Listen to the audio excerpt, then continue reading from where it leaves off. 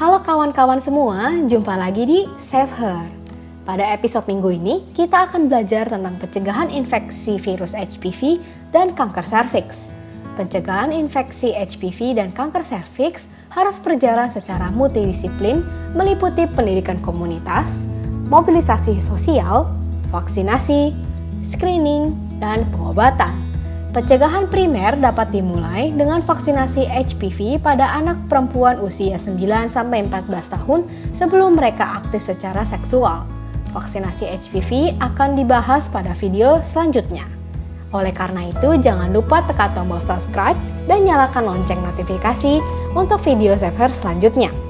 Untuk remaja, baik laki-laki dan perempuan, informasi kesehatan dan peringatan tentang penggunaan tembakau dan rokok juga perlu ditingkatkan.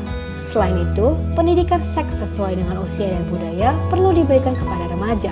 Salah satu pendidikan seks yang perlu diberikan adalah mengenai fungsi keberadaan dan penggunaan kondom bagi mereka yang melakukan aktivitas seksual.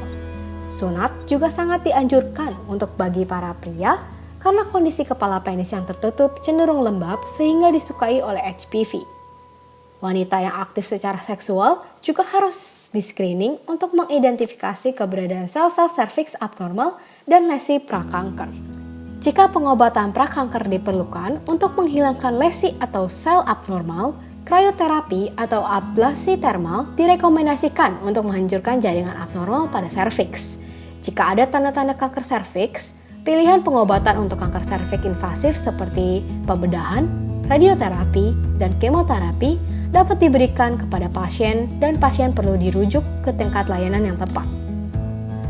Cara pencegahan selanjutnya adalah dengan pap smear rutin dan ulangi setiap beberapa tahun.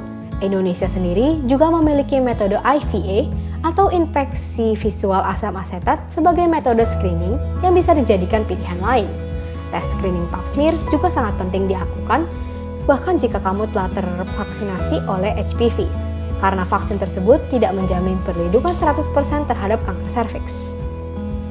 Jika kamu pernah memiliki riwayat sel serviks abnormal, kamu mungkin diharuskan untuk screening lebih sering selama beberapa tahun. Seberapa sering kamu melakukan screening tergantung pada seberapa parah perubahan sel tersebut.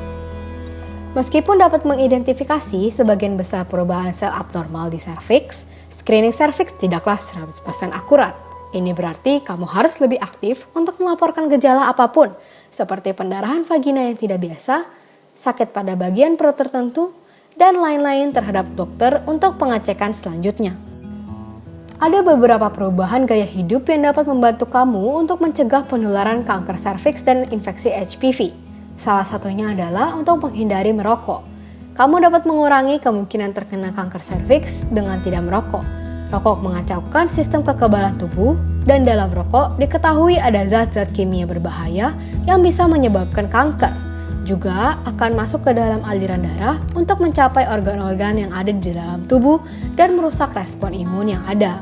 Kebiasaan merokok ini juga akan membuat kadar antioksidan seperti vitamin C di dalam darah menjadi berkurang. Imun tubuh yang lemah membuat perokok kurang mampu menyingkirkan infeksi HPV dari tubuh yang bisa menyebabkan kanker. Jika kamu ingin berhenti merokok, kamu bisa meminta bantuan kepada dokter untuk membantu mengatasi beberapa gejala yang mungkin kamu alami saat ini. Hal lain yang dapat dilakukan untuk melakukan pencegahan infeksi virus HPV dan kanker serviks adalah dengan mempraktikkan seks yang aman.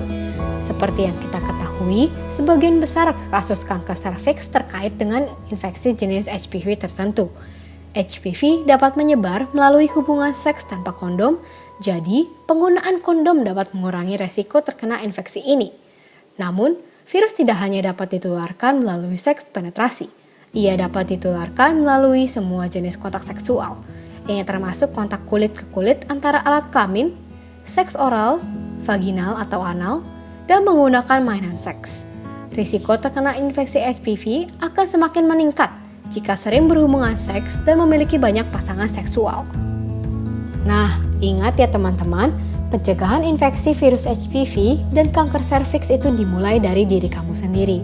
Sampai di sini dulu video kita hari ini. Cek video lain dari kami untuk pengetahuan selanjutnya. Sampai di sini video ini, kami harap pengetahuan yang kami berikan dapat bermanfaat bagi kamu. Terima kasih dan sampai jumpa di video saver lainnya. Bye-bye.